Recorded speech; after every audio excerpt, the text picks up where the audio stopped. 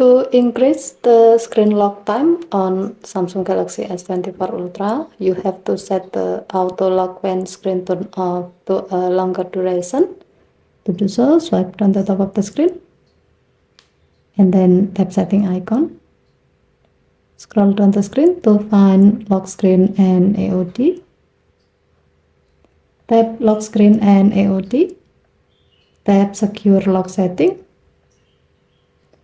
Since this phone uses pattern as screen lock, we have to draw it so we can change the option within this menu. Tap auto lock when screen turns off. And then select a longer duration than your current screen lock time.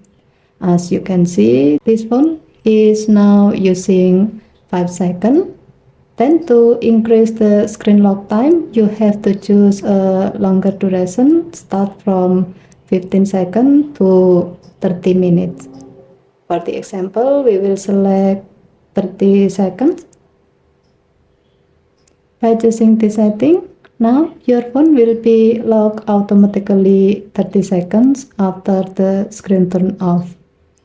However, this feature will work if there's no extend unlock that's keeping your phone unlocked.